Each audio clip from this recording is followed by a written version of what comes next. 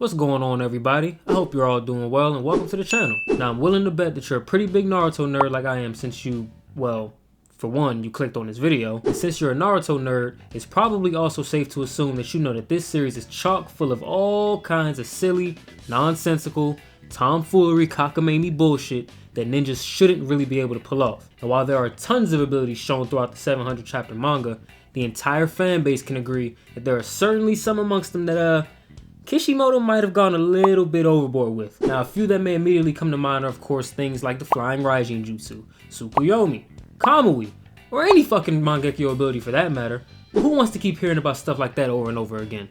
We've all scoured the internet, we've all watched YouTube, we've all read the forums, we all know about the top tier abilities in the verse. But no, today, you clicked on this video to hear about something different. And different is what I'm gonna give you. Now, I'm going to count down this list starting from 5 to keep some semblance of order with my thoughts, but by no means is this list ordered from weakest to strongest. Any of these jutsu can have an argument made for it to be the strongest amongst the group. Now with that, without further ado,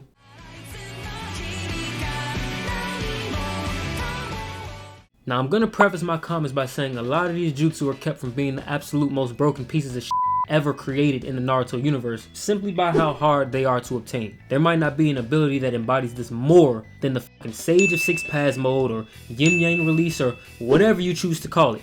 Regardless of what you decide to call it, being in possession of this particular jutsu catapults any user of it into a completely different stratosphere of power. The users of this ability can fucking fly, most of them can command the truth seeking orbs which can nullify all ninjutsu and restrict the movements of whoever touches them. They can sense like the entire fucking universe around them. Naruto can create eyeballs out of nothing. He can reverse the effects of the 8th gate. This shit just makes no sense whatsoever. It goes without saying that the buff that this ability gives the user is easily the biggest present in the series. And if you don't believe me, just try imagining KCM2 Sage Mode Naruto fighting Jubi Madara, and you'll see what I mean. The same KCM2 Sage Mode Naruto that Madara extracted the Nine Tails from and nearly killed the shit out of, by the way. I'm sure there's some things that I'm forgetting about it, but at this point you've already gotten the point. This ability alone separates the user in terms of power from pretty much anyone else they'd ever face, excluding probably the Otsutsuki clan, with the only drawback being the sheer difficulty of obtaining it. It's a rarity, of course, with only the Jinchurikis of the Ten Tails and Naruto Uzumaki pretty much having this damn ability. So yeah, it's earned an entry on this list. Now moving to number 4.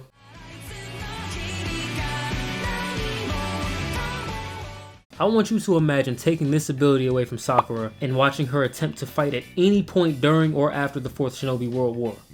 I'll give you a few seconds. Can't imagine it?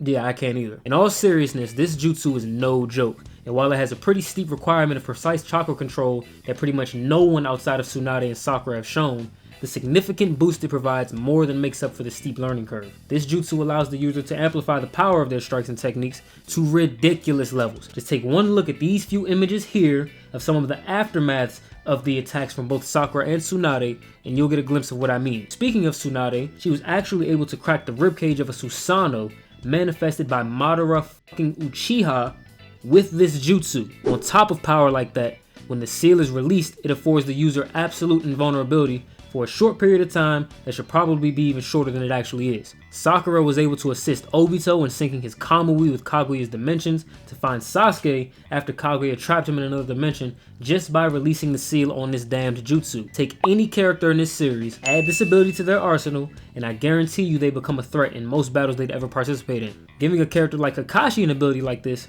that gives him near immortality, almost unlimited chakra supply for Kamui spam and shit, and makes his punches strong enough to shatter a Susanoo ribcage, and you'd have a pretty big damn problem on your hands.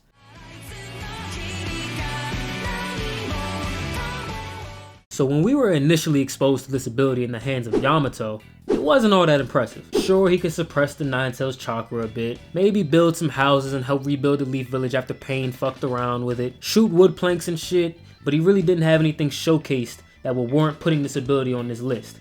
And then Hashirama showed up. From giant wooden Power Ranger mech golems to giant forests spawning from the ground to giant blooms of flowers that spreads poisonous gas, giant Rashomon walls that can help deflect tail beast attacks. And speaking of tail beast for a moment, giant wooden dragons that can completely suppress and nullify their power, and that's not to mention Hashirama's giant, thousand-armed, super mega overpowered insta-win move that he can drop down and use to win the fight against pretty much the entirety of the verse, and yeah, this ability is cracked. There's a reason that for the entirety of the series, you got characters running around ready to sell their bodies and souls just to get their hands on some of his damn DNA. Once Madara got a hold of Wood Style, it was pretty much game over for whoever faced him, especially in conjunction with all the other bullshit he already had in his disposal, some of which I may even get around to in a video similar to this one, because they're just that fucking crazy. If you aren't convinced yet and believe this ability is only crazy in the hands of characters as strong as or relative in strength to people like Hashirama, then look no further than Obito. Obito's rampage against the Blood Mist Ninja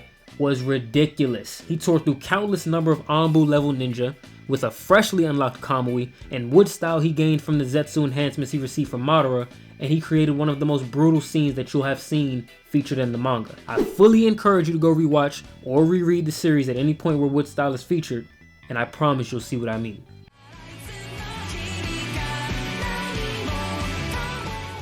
Now, I initially wasn't going to put this jutsu on this list, but I went back and rewatched some of my favorite parts of the series, and it truly began to dawn on me just how ridiculous this shit is. Even the very first time we get to see this jutsu in action during Naruto's encounter with Mizuki should tell you all you need to know about how crazy the jutsu is. Naruto, a 12-year-old boy incapable of doing pretty much anything as it relates to being a ninja, was able to thoroughly thrash Mizuki, a Chunin, with this ability, and only this ability. I know that's not enough to classify this jutsu as broken or overpowered, so allow me to list off a few things Naruto's been able to pull off using this jutsu. He was able to clone himself over 2,000 times, and no, that is not a made up number. He was able to create a large number of super clones that essentially went and soloed the Fourth War and completely changed the fortunes of the allied shinobi forces. His clones that he created using this jutsu was able to take on opponents such as the 3rd Raikage, the 2nd Tsuchikage, and Madoru Uchiha while still having chakra left over to fight. In fact, the clones he created using this jutsu were also able to use this jutsu themselves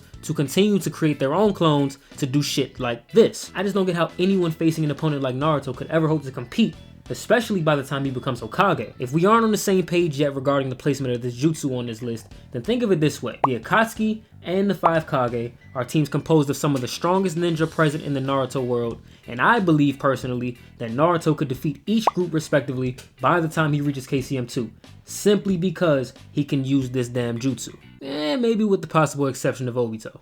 But that's neither here nor there. You may think I'm exaggerating, but what Naruto was able to do during the Fourth War when he was only capable of using KCM 1 was enough for me to say that Kishimoto may have gone a little bit more overboard with this one than even some of the other ones I mentioned already. Maybe if he lowered the amount of clones, or at least nerfed them a tiny bit more heavily, but no, he decided to let Naruto clone himself up to 2,000 times, in case you didn't hear me the first time.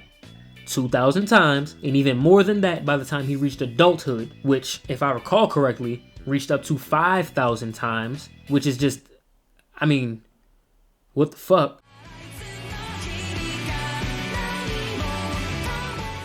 Okay, so with the first 4 jutsu on this list, I really tried hard to make a case for why each of them could be the dumbest thing that we saw in this series.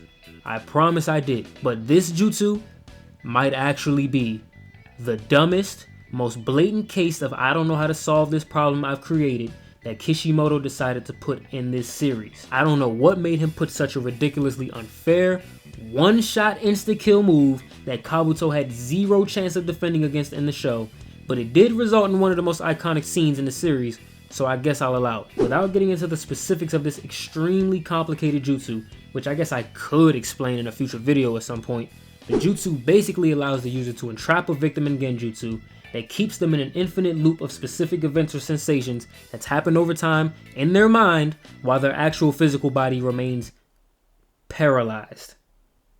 Paralyzed, like actually stuck in place with no defenses at all. Getting away from some of the specifics of the jutsu and getting into what makes it so overpowered, there really is no actual counter to this jutsu. In the fight against Itachi and Sasuke, Kabuto shut off his entire line of sight and relied purely on his Sage mode to sense where his opponents were for the sole purpose of not getting caught in some shit like this, and he still fell victim to it. I also don't really think the drawback of losing your eyesight in one of your eyes is a big enough penalty, considering the unstoppability of this ability, Kabuto is pretty damn convinced that he'd be able to regain control over Itachi and capture Sasuke while holding back, which is pretty indicative of the power difference that was present here. And Itachi pretty much nullified all of that shit with the jutsu that just so conveniently happened to pop up in Uchiha lore at the perfect time. There was no warning, no way to block it, nothing. Itachi just decided he was gonna do it, and Kabuto was just gonna have to hold that L